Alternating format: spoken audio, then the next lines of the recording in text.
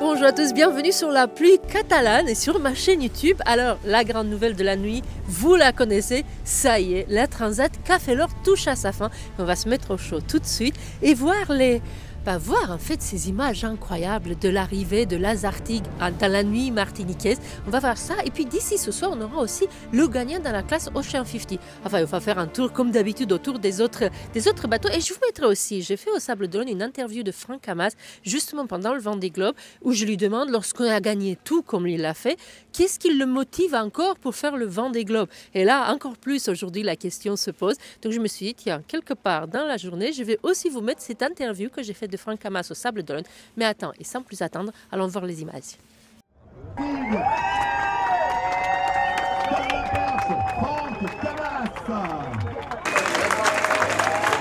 Et oui, c'est la grande nouvelle de ce 6 novembre. Tom Laperche et Franck Hamas viennent de franchir la ligne d'arrivée à Fort-de-France dans la nuit martiniquaise.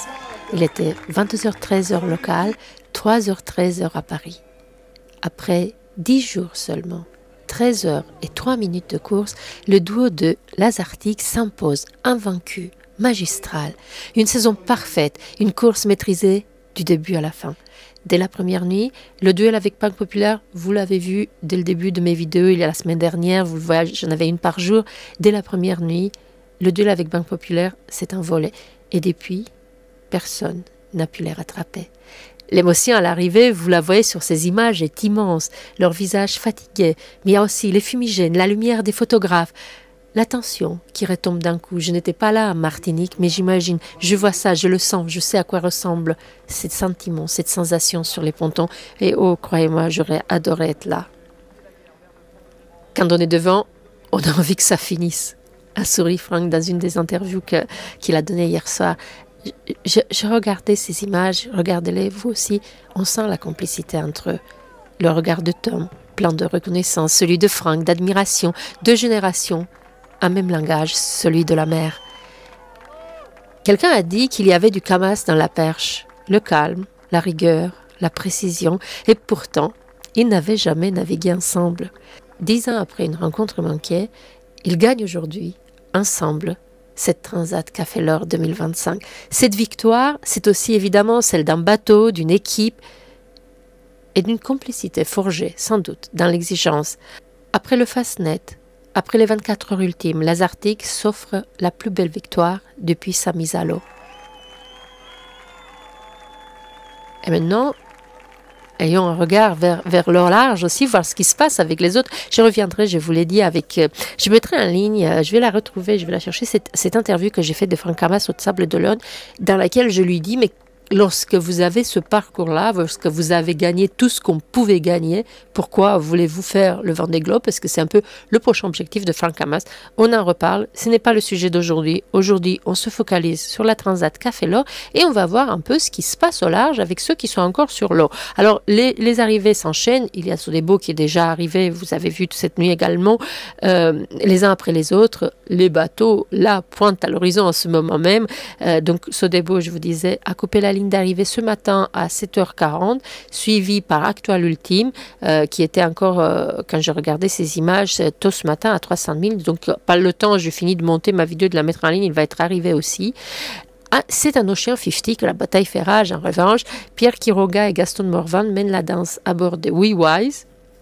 Une nuit compliquée, des grands violents, 4 empannages, mais ils ont tenu bon et le verdict est attendu en fin d'après-midi. On va voir ça. Alors, on continue un peu rapidement. Du côté des IMOCA, Charal, Deroule, solide, serein. Jérémy Bayeux et Morgane Lagravière contrôlent la course, concentrés, en totale maîtrise. Et ça ne nous étonne pas du tout de Jérémy Bayeux que je connais. Morgane Lagravière, je le connais un peu moins. Il le disait d'ailleurs, Jérémy, hier, dans une des vidéos, il disait « On suit notre trajectoire, on reste dans notre bulle ».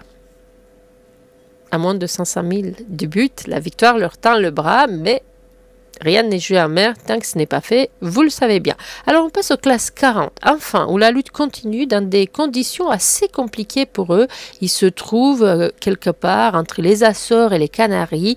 Ils encaissent des fronts, des rafales, la fatigue. Il y a déjà 5 abandons, 2 retours, mais la détermination reste intacte, mais 5 abandons et 2 retours quand même.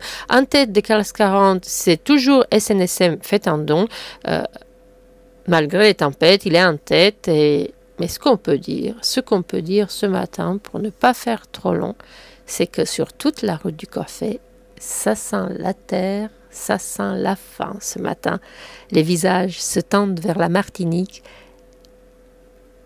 Le vent porte encore l'odeur du sel et de leurs rêves à tous. Ils le font chacun pour ses raisons, mais il y a nécessairement, quelle que soit la technicité des bateaux, il y a nécessairement une grande part des rêves dans chacun de ces bateaux qui volent, qui naviguent vers la Martinique en ce moment.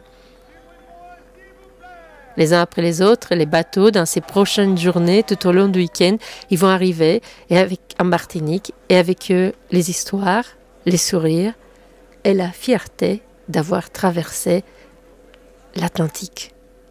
Un moment unique, sans doute. J'ai hâte d'expérimenter cela un jour. Pour le moment, je vous embrasse. Je vous souhaite une très belle journée à vous. Je vous encourage à regarder les autres vidéos que je vais poster tout au long du week-end.